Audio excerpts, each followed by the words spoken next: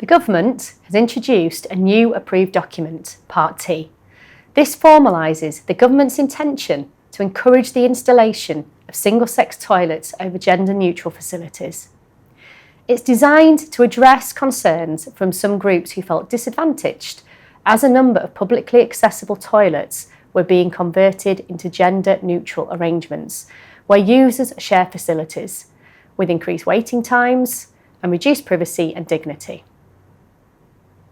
This new document aims to ensure that facilities meet the needs of everyone. It requires the reasonable provision of single-sex toilets where this is possible in the space. Where space precludes provision of single-sex toilets, fully enclosed universal toilets are acceptable. It's also permitted to include universal toilets in addition to the single-sex toilet provision.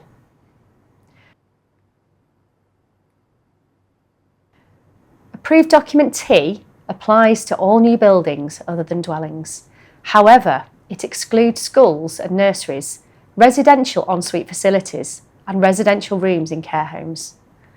It also applies to certain material changes of use, for example, a hotel or boarding house where it previously was not, a public building where it previously was not, a building that is not exempt where it previously was, or a shop where it previously was not.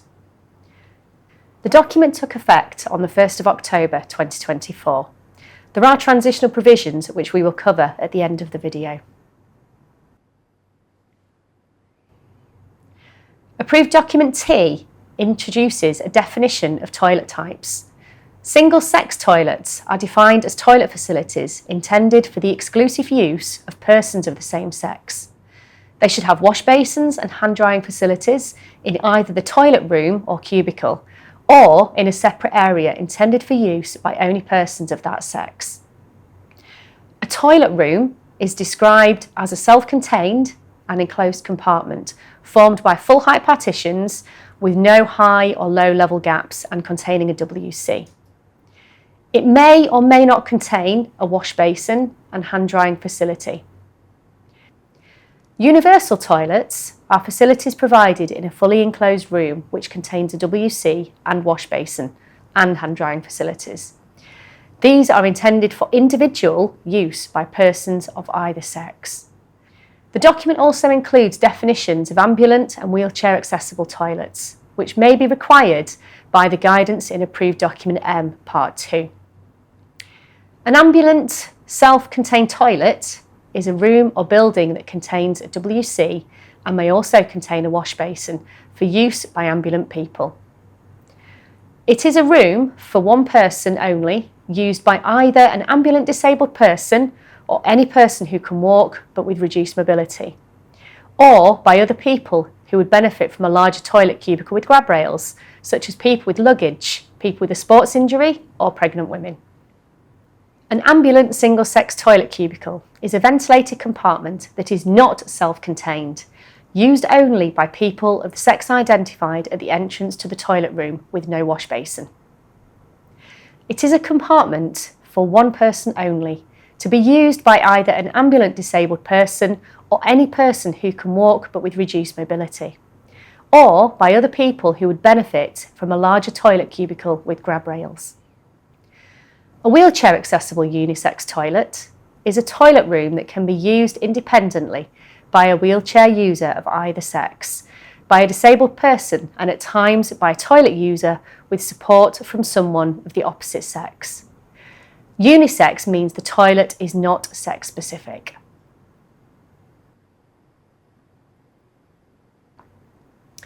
The requirement is for toilet accommodation in non-residential buildings to be single-sex toilets with single-sex shared or individual hand-washing facilities. Where there is not sufficient space to provide single-sex toilets, fully enclosed universal toilets should be provided. Available space for toilet accommodation will vary from building to building. Once reasonable provision is made for single-sex toilet facilities, any remaining space for toilet accommodation can be considered for universal toilet provision. All toilet accommodation should have clear and appropriate signage.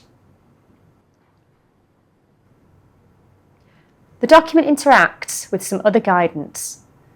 This includes Approved Document G, which provides guidance for the number of toilets in relation to the occupancy of a building.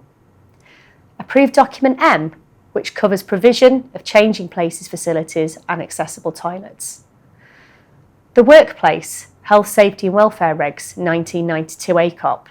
This is not yet been updated in line with Approved Document T. Sport England Guidance on Accessible Facilities, and BS 6465 2009, which is the British standard for the design of sanitary facilities.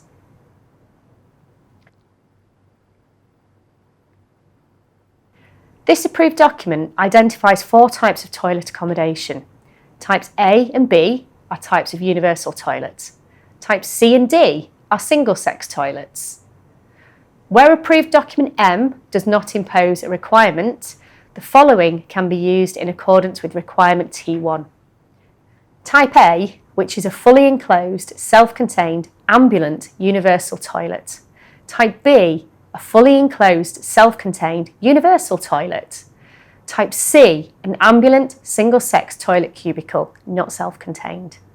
Type D, a single-sex toilet cubicle, not self-contained.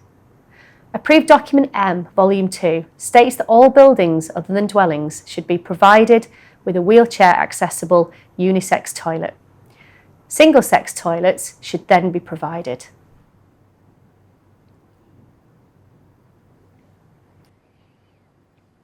Urinals should only be provided in male single-sex toilets. The door to a toilet cubicle should meet the following. It should not obstruct an emergency escape route.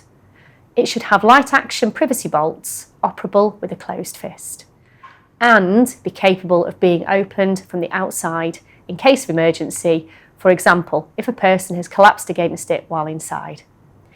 If the door is inward opening, an emergency release mechanism must be fitted. Universal and single-sex toilets should be on a well-lit corridor. There should be adequate wayfinding signage. And for universal toilets, internationally standardised signage should be used as per BS ISO 7001, which is on the screen now.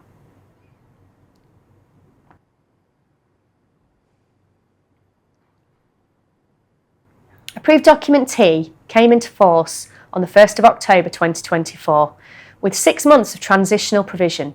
The new requirement will not apply to building work where the building control application has been submitted prior to the 1st of October 2024 and has either started and sufficiently progressed before that day, or it is started and is sufficiently progressed by the 1st of April 2025. Sufficiently progressed is defined as where the building work consists of the construction of a building, when the pouring of concrete for the permanent placement of the trench, pad or raft foundation has started, or the permanent placement of piling has started. Where the building work consists of work to an existing building, when that work has started, or where the building work consists of a material change of use of a building, when work to effect that change of use has started. The Building Safety Act 2022 now means that if the design and construction does not comply with the requirements, the duty holders can be held accountable. Our video about duty holder roles and responsibilities is linked in the description. If you have any questions, don't hesitate to get in touch via the details on screen now. Hope you found this video helpful. Thanks for watching.